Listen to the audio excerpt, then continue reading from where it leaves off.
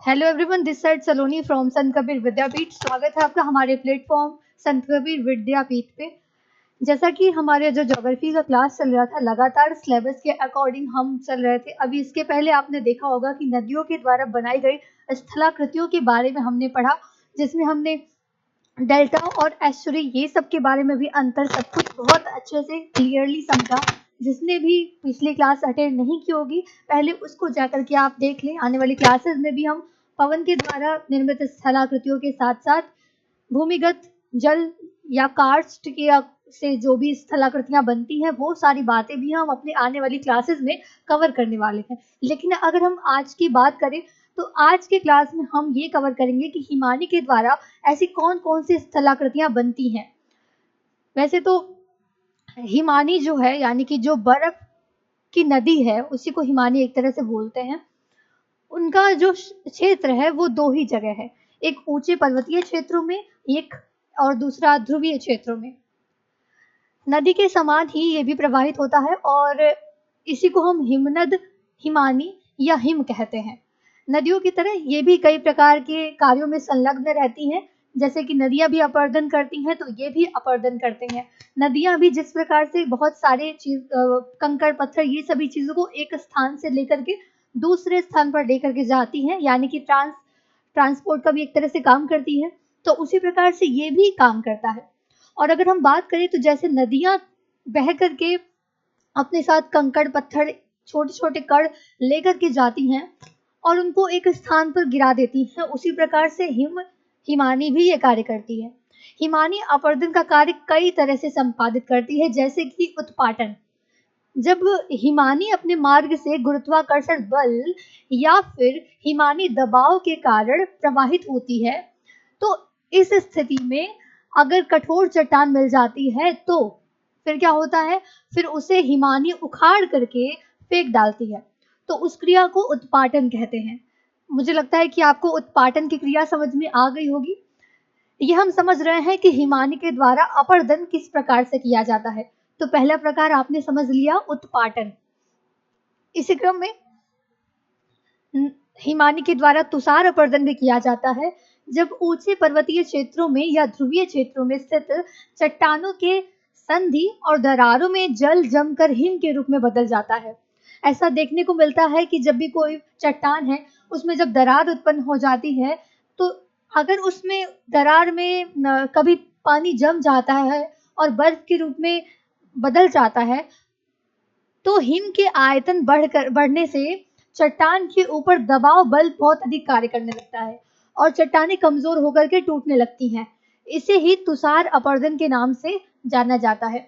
इस चीज को मैंने आपको पहले भी एक बार समझा चुकी हूँ, इस चीज को हम पहले भी एक बार समझ चुके हैं, लेकिन ये इस टॉपिक से काफी रिलेटेड था, इसलिए इसको समझना भी बहुत जरूरी था। अगर आपने ध्यान से पढ़ा होगा तो आपको ये चीजें पता चली होंगी। जब हम चट्टान पढ़ा रहे थे तो चट्टान किस प्रकार से टूटते हैं, इसके बारे में हम जब डिस्कस कर रहे थे, तो इस पॉइंट को भी हमने रखा था वहां पर। अगर आपने उस क्लास को मिस करी है तो आप भी इसे जाकर के देख सकते हैं। अपघर्षण की अगर हम बात करें, हिमनद में छोटे छोटे कंकड़ पत्थर ये सभी बहुत अधिक मात्रा में मौजूद होते हैं। ये कंकड़ पत्थर ही अपर्दन का कार्य करते हैं और इन्हीं के द्वारा ये कार्य होता भी है। इन्हीं कंकड़ पत्थर की सहायता से हिमानी तलीय क्षेत्रीय अपर्दन का कार्य करती है। किसके द्वारा? कंकड़ पत्थरों के द्वारा ही जो हिमानी है वो अपघर्षण की क्रिया करती है और अपर्दन का कार्य करती है। इसी क्रम में अगर हम बात करें प्रसर्पण, वास्तव में नदी जल और हिमानी की गति में अंतर होता है ना? क्योंकि नदियां बहुत तीव्र बहती हैं और हिमानी जो है वो धीरे धीरे बहती हैं, उनका वेग उस प्रकार से नहीं होता है। नदी जल में महीन और बारीक धूल कण नदी में लटक कर और बड़े चट्टानी कण तली में लुढ़कते हुए चलते हैं। ऐसा देखने को मिलता है कि नदियों में जो धूल कण होते हैं वो ऊपर तैरते हैं, लेकिन जो भारी चीजें होती हैं वो नीचे तली में होकर के एक तरह से परिवहन का कार्य करती है। लेकिन हिमानी वैसा नहीं होता है। हिमानी में सभी प्रकार के चट्टान एक ही साथ आगे बढ़ते हैं। ये भी बहुत अच्छी बात है। अभी तक आपको ये चीज़ भी ध्यान में रखना चाहिए कि नदी के द्वारा जो भी छोटी-छोटी कण होते हैं वो ऊपरी तल में बहते हैं और जो मोटे बहुत भारी होते हैं वो नीचे बहते हैं। लेकिन हिमानी में ऐसा नहीं होता है। हिमानी में सभी प्रकार की चट्टान, चाहे वो रेत के आकार की हो या बहुत बड़ी पत्थर के रूप में हो, सभी एक साथ ही आगे बढ़ते हैं और सभी आकार के चट्टानी कण किसी ढाल के सहारे ही फिसलते हुए जब आगे बढ़ते हैं तो उस क्रिया को ही प्रसर्पण का नाम दिया गया है। जलीय अपरदन, आइए समझते हैं कि जलीय अपरदन क्या है। हिमानी हिमरेखा के बाद पिघलना जब प्रारंभ करता है, जिसे हम अधोहिमानी कहते हैं। अधोहिमानी कहते हैं, ये एक पॉइंट है कि अधोहिमानी किसे कहते हैं। जब हिमरेखा के बाद हिमानी जब पिघलना प्रारंभ करता है, अब हिमरेखा किसे कहते हैं। जब वो पतले रूप में बहती है एक रेखा के आकार की, फिर जब वो पिघलती है तो उसे अधोहिमानी कहते हैं। अधोहिमानी में जहाँ एक ओर हिम के द्वारा अपरदन का कार्य होता है, वहीं बहता हुआ जल भी अपरदन कार्यों में संलग्न रहता है। जब हिमानी ढाल और गुरुत्वाकर्षण के सहारे आगे बढ़ती है तो उसमें मौजूद चट्टानी कणों को हिमोड़ कहते हैं। हिमानी के द्वारा हिमोड़ का एक स्थान से दूसरे स्थान पर ले जाना ही परिवहन कहलाता है। जब हिमानी पिघलने लगता है तो उसकी वहन क्षमता जो होती है वो कम हो जाती है। कम हो जाती है का तात्पर्य ये भी होता है कि बहुत छीड़ हो जाती है, जिसके फलस्वरूप हिमोड़ का बड़े क्षेत्रों में हिमोड़ का बड़े क्षेत्रों पर जमाव हो जाता है। आप कहने का आशय समझ रहे होंगे कि जब हिमानी जब पिघलने लगती है तो उसकी जो वहन क्षमता होती है वो बहुत खत्म हो जाती है। इसके बाद क्या होता है कि वो किसी स्थान पर जाकर के उसका जमाव हो जाता है, जिसे ही हम निक्षेपण कहते हैं। हिमानी मुख्यतः 3 प्रकार के होते हैं, पर्वतीय हिमानी और महाद्वीप। मुख्यतः 3 प्रकार के नहीं, पर मुख्यतः 3 प्रकार में अगर आप कहें तो पर्वतीय हिमालय और दूसरा अल्पाइन हिमालय और तीसरा महाद्वीपीय हिमानी।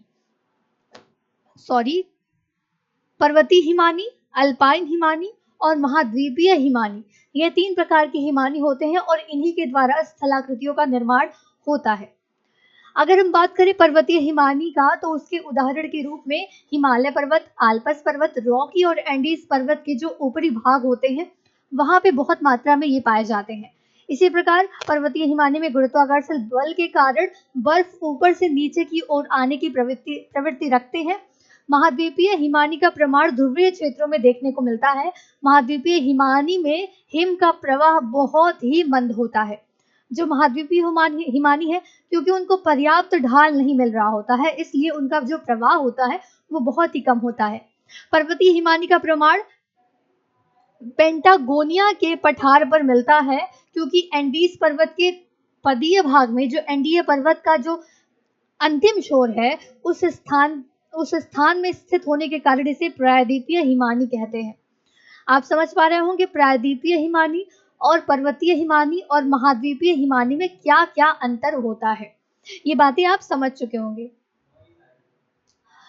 अब अगर हम बात करें हिमानी के द्वारा निर्मित स्थलाकृतियों के बारे में, तो स्थलाकृति के विकास में पर्वतीय और महाद्वीपीय हिमानी का मुख्य योगदान होता है।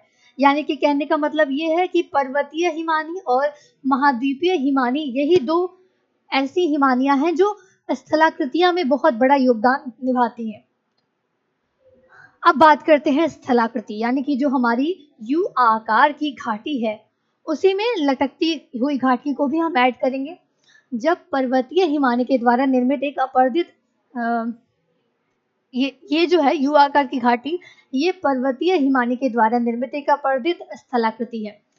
इसका अनुप्रस्थ काट ए आकार का होता है। जब पर्वतीय हिमानी ऊपर भाग से नीचे की ओर खिसकती है तो हिम के भार के द्वारा तली पर एक समान अपरदन की क्रिया होती है, जिसके अलावा हिम के द्वारा अपघर्षण का भी कार्य होता है। अब आपको यहाँ पे एक चीज और ध्यान रखना चाहिए, यू आकार की घाटी और वी आकार की घाटी। वी आकार की घाटी अक्सर नदी बनाती है या फिर नदी ही बनाती है, और बल्कि जो यू आकार की घाटी है वो हिमानी के द्वारा बनाई जाती है। एग्जाम्पल में हम देख सकते हैं वी आकार की घाटी इस प्रकार होती है, वी आकार की घाटी इस प्रकार से होती है और यहाँ से नदी बहती है।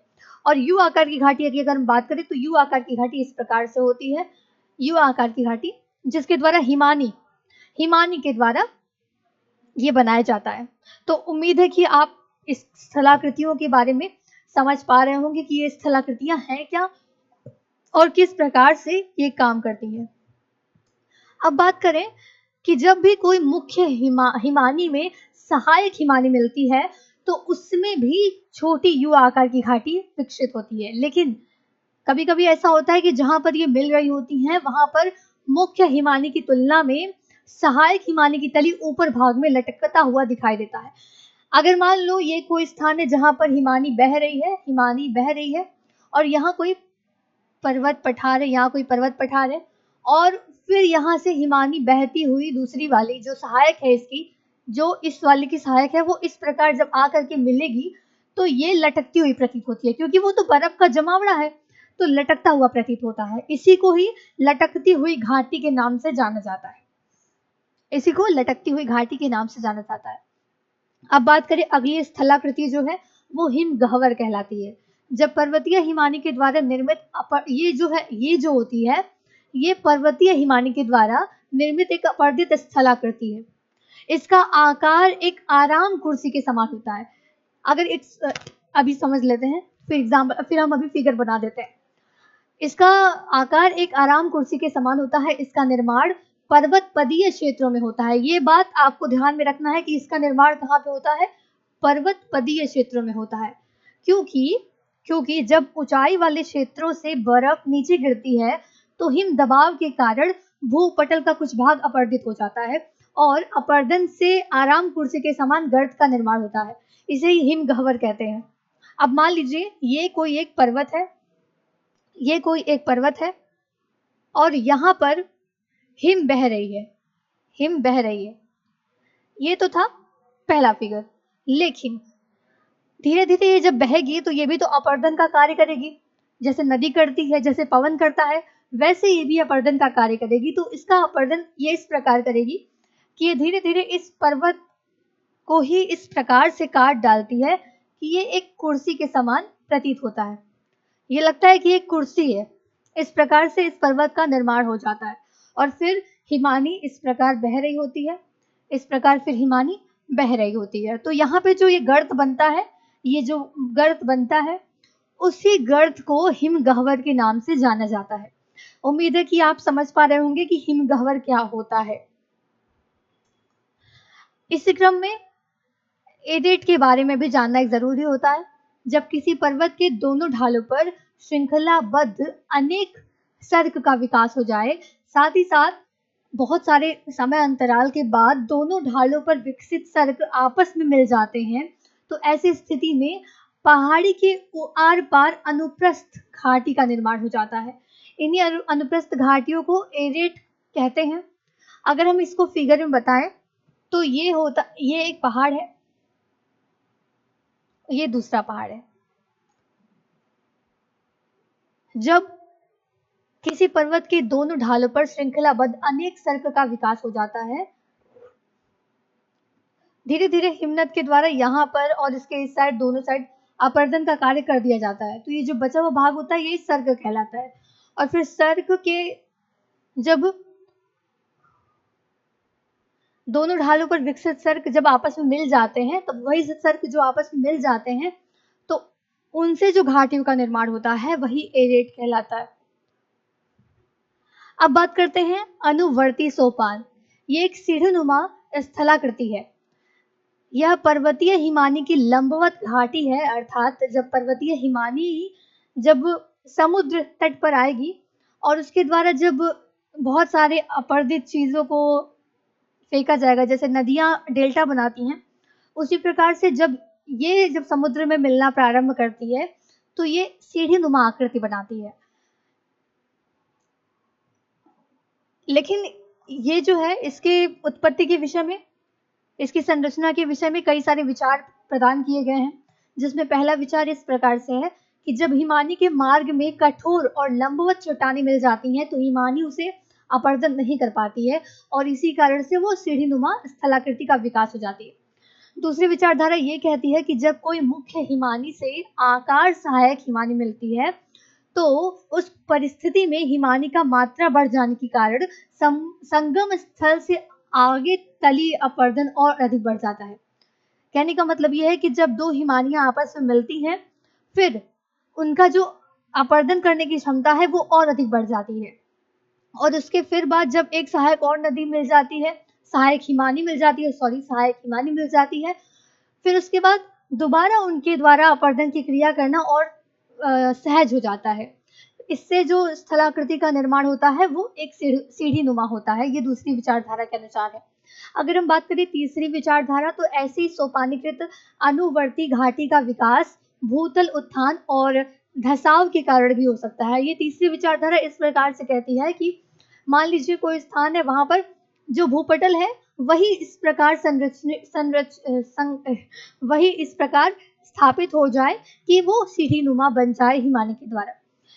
इस प्रकार से मान लो, इस प्रकार से, और इसके ऊपर ही हिमानी बहती हुई प्रतीत हो। यह है सीढ़ी नुमा। ठीक है, यही है सीढ़ी नुमा। आप समझ पा रहे होंगे, यही है सीढ़ी नुमा। इसकी 3 विचारधाराएं भी आपने समझी। अब अगर हम बात करें महाद्वीपीय हिमानी के द्वारा जो निर्मित स्थलाकृतियां होती हैं, उनके बारे में बात करते हैं कि ये किस प्रकार से कौन-कौन से स्थलाकृतियों का निर्माण करती हैं। सबसे पहले ये समझते हैं कि भेड़ सैल पीठ ये किसे कहते हैं।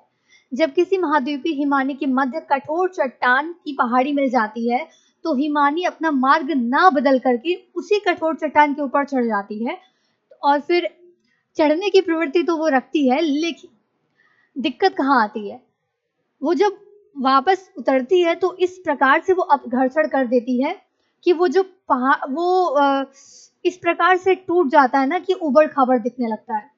इसी को ही हम रॉस मुतौनी या फिर भेड़ सैल पीठ कहते हैं। अब अगर इसको एग्जाम्पल बताएं तो मान लो ये एक पहाड़ है, इसके ऊपर से हिमानी बह रही, तो चढ़ तो ये बहुत आसानी से लेगी, लेकिन जब इसको उतरना होगा तो ये बहुत आसानी से नहीं उतरेगी, बहुत तोड़ करेगी, बहुत ज्यादा ये अपरदन का कार्य करेगी। तो ये बहुत विसंगत तरीके से फिर यहाँ पे ये बहना प्रारंभ करती है, और फिर ये इस चट्टान को तोड़ डालती है।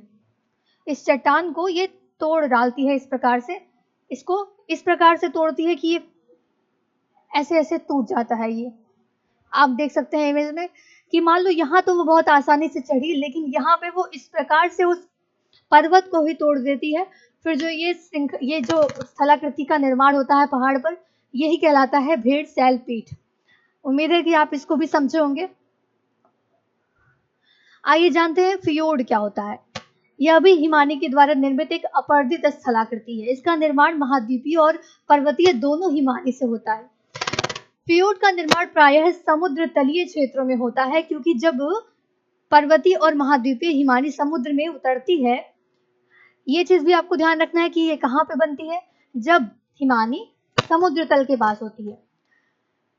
जब ये समुद्र में उतरती हैं तो किनारों पर अपरदन का कार्य बहुत तेजी से करती हैं, लेकिन जैसे जैसे ये समुद्र के बहुत नजदीक आ जाती हैं तो इनका जो अपरदन करने की क्षमता होती है वो कम हो जाती है। फिर क्या होता है, फिर ये